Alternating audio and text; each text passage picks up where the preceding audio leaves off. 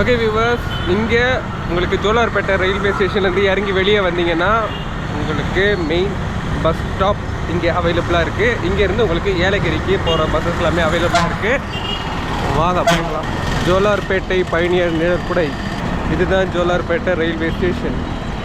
வாங்க பார்க்கலாம் நம்மளுக்கு பஸ்ஸு கிடைக்குதா. Hello, welcome back to people's Tamil channel viewers. நம்மளோட சேனலில் நிறைய பேருந்து பயணம் பார்த்துருக்கீங்க.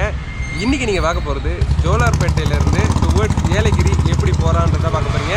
இன்றைக்கி நான் சூஸ் பண்ணியிருக்கிறது ஒரு கவர்மெண்ட் பஸ்ஸு தான். பொதுவாக ஒரு பஸ்ஸுக்காக ரொம்ப நேரம் வெயிட் பண்ணாதீங்க. கவர்மெண்ட் பஸ் ஆகட்டும், ப்ரைவேட் பஸ் ஆகட்டும், எது வந்தாலும் நீங்கள் ஏறிக்கங்க. கூட ஜாயின் பண்ணுங்கள். இந்த ட்ராவல் வீடியோ எப்படி இருக்குன்றதை பார்க்கலாம். இப்போ நீங்கள் பார்க்குறது தான் இந்த ஜோலார்பேட்டை பஸ் ஸ்டாப்புங்க. நம்ம ஏலகிரி பஸ்ஸும் ஏறிட்டோம். எனக்கு இந்த ஏலகிரி பஸ்ஸு உடனே கிடச்சிருச்சு. பட் ஆனால் ½ அன் ஹவர் 1 ஹவருக்கு எல்லாமே தான் உங்களுக்கு இங்கே ஒரு பஸ்ஸஸ் அவைலபிளாக இருக்கும். இங்கேருந்து மேலே ஏலகிரி போகிறதுக்கு உங்களுக்கு டிக்கெட் ஃபேர்னு பார்த்தீங்கன்னா ஒரு ஆளுக்கு 20 ருபீஸுங்க. அடுத்ததாக பஸ் இப்போ நிற்கிறது ஜோலார்பேட்டை கவர்மெண்ட் ஹாஸ்பிட்டல் பஸ் ஸ்டாப்புங்க. இன்பிட்வீனில் இருக்கிற சின்ன சின்ன பஸ் ஸ்டாப் நம்மளுக்கு மெயினாக தேவையில்லை. ஏன்னா நம்ம போக போகிறது மேலே ஏலகிரி ஹில்ஸ் தான். ரைட் ஹேண்ட் சைடில் நீங்கள் பார்க்குற இந்த மலை மேலே தாங்க போக போகிறோம். இங்கேருந்து வாணியம்பாடி பார்த்தீங்கன்னா 10 கிலோமீட்டர், வேலூர் 78 கிலோமீட்டர். இந்த டிஸ்டன்ஸ் போர்ட்லேருந்து ஜஸ்ட் ஒரு 2 கிலோமீட்டர்ஸ்லேயே உங்களுக்கு ரைட் ஹேண்ட் சைடு ஒரு ரோடு கட் ஆகும். அதுதான் ஏலகிரிக்கு போகிறதுக்குண்டான வழிங்க. இங்கேருந்து உங்களுக்கு ஏலகிரி பார்த்தீங்கன்னா 14 கிலோமீட்டர்ஸ். முன்னாடி இந்த மலையை பார்க்கும்போதே உண்மையிலேயே ரொம்ப ரொம்ப சூப்பராக இருந்தது. ஒரு கதையெல்லாம் நம்ம கேட்க மாட்டோமா, ஜுராசிக் பார்க் மலை, இந்த மலைக்குள்ளே போனீங்கன்னா நீங்கள் நிறைய விலங்குகளை பார்க்கலாம். அந்த மாதிரி ஒரு சூப்பரான காட்சியாக தாங்க இருந்தது. இங்கே அடிவாரத்துலேருந்து நம்ம ஸ்டார்ட் பண்ணுறோம். இந்த ஜேர்னி பார்த்திங்கன்னா உங்களுக்கு கொண்டை ஊசி வளைவு மொத்தம் 14.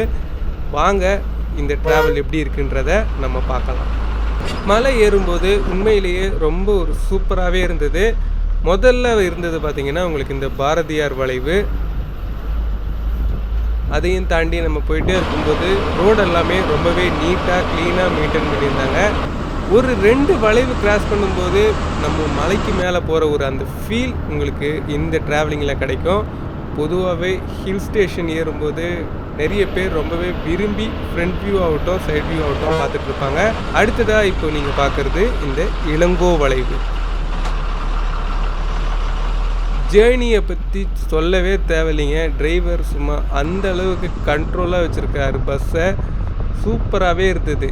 நம்ம கிட்டத்தட்ட ஒரு 2-3 வளைவு ஏறும்போதே ஒரு நல்ல உயரத்தில் இருக்கிற ஃபீல் உங்களுக்கு இந்த பஸ் ஜேர்னியில் கிடைக்கும்.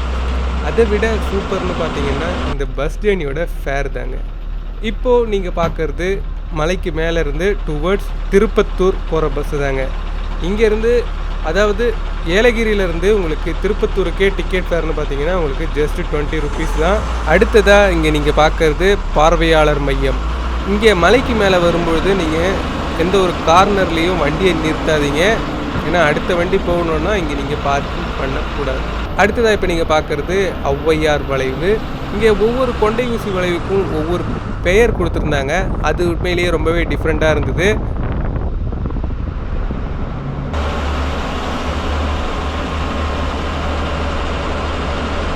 அடுத்ததாக இப்போ நீங்கள் பார்க்குறது இந்த பாரி வளைவுக்கு.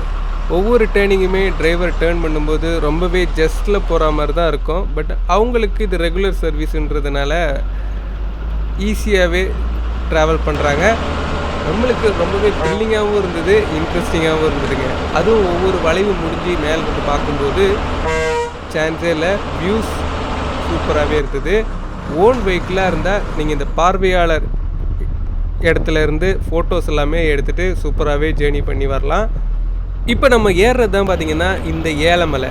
ஏலமலை ஏலக்குன்றுன்னு இருக்கிறது காலப்போக்கில் நம்ம மக்கள் ஏலகிரின்னு பெயர் மாற்றம் செஞ்சு இப்போது ஏலகிரி ஹில்ஸாக இருக்குங்க.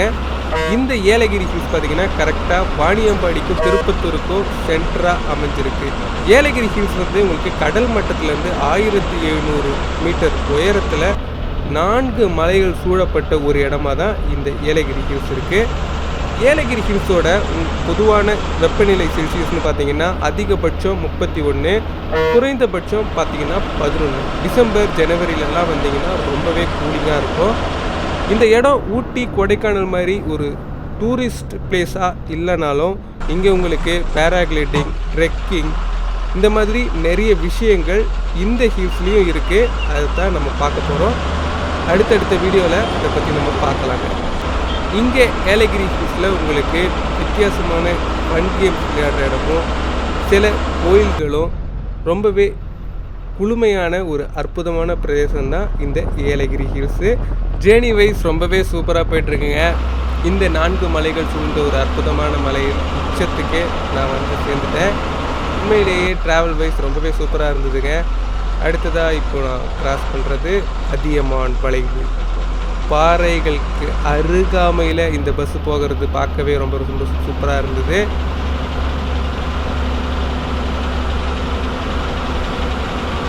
இப்போது முக்கியமான மலையோட உச்சிக்கு வந்து சேர்ந்துட்டோங்க. இந்த இடத்துல பார்த்தீங்கன்னா உங்களுக்கு மலையோட வடக்கு கிழக்கு சரிவுகள் எல்லாம் மலை உச்சியில் ஒரு அற்புதமான பசுமையான நீண்ட மரங்கள் எல்லாமே இங்கே வலதுபுறமும் இடதுபுறமும் இருக்குது. பார்க்குறதுக்கு ரொம்ப ரொம்ப சூப்பராக இருந்தது. கிளைமேட் வைஸ் சில்னஸ் ரொம்பவே சூப்பராக இருக்குது. நம்ம இந்த ஏலகிரி ஹில்ஸ் வந்துட்டோன்றத இந்த மலைகளுக்கு நடுவில் வரும்போதே நல்லாவே நமக்கு புரியும்.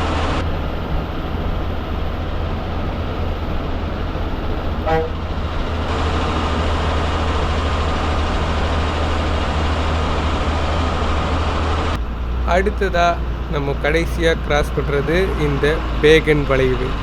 பேகன் வளைவு முடிஞ்ச உடனே ஒரு 10 மினிட்ஸ்லேயே நீங்கள் ஏலகிரி மெயின் பஸ் ஸ்டாண்டுக்கு வந்துடுவீங்க. முன்னாடியே உங்களுக்கு ஐ லவ் ஏலகிரி, ஸ்கைரா பார்க் எல்லாமே இங்கே உங்களுக்கு இருக்குங்க. ஓன் வெஹிக்கிளில் வரதா இருந்தால் கூட நீங்கள் உங்கள் ரூமுக்கு போயிட்டு திரும்ப இங்கே வரலாம். ஜஸ்ட் 2 கிலோமீட்டர்ஸ் டிஸ்டன்ஸில் தான் இந்த ஸ்கைரா பார்க் எல்லாமே இங்கே அமைஞ்சிருக்கு.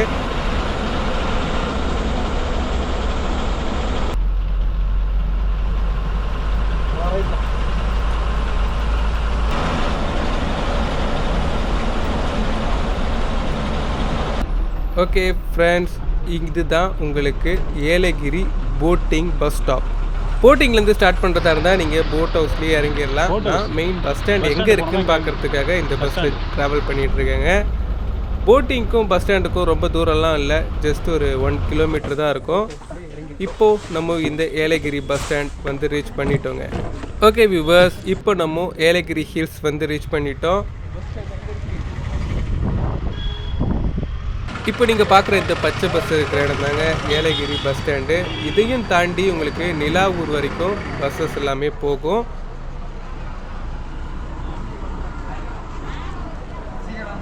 ஓகே வியூவர்ஸ், ஜோலார்பேட்டை ரயில்வே ஸ்டேஷன்லேருந்து ஸ்டார்ட் பண்ண ஜேர்னி இங்கே நான் ஏலகிரி பஸ் ஸ்டாண்டுக்கு வந்து ரீச் பண்ணிட்டேன். மொத்தம் பார்த்தீங்கன்னா 14 வளைவு தாண்டி தான் நம்ம இங்கே வந்திருக்கோம்.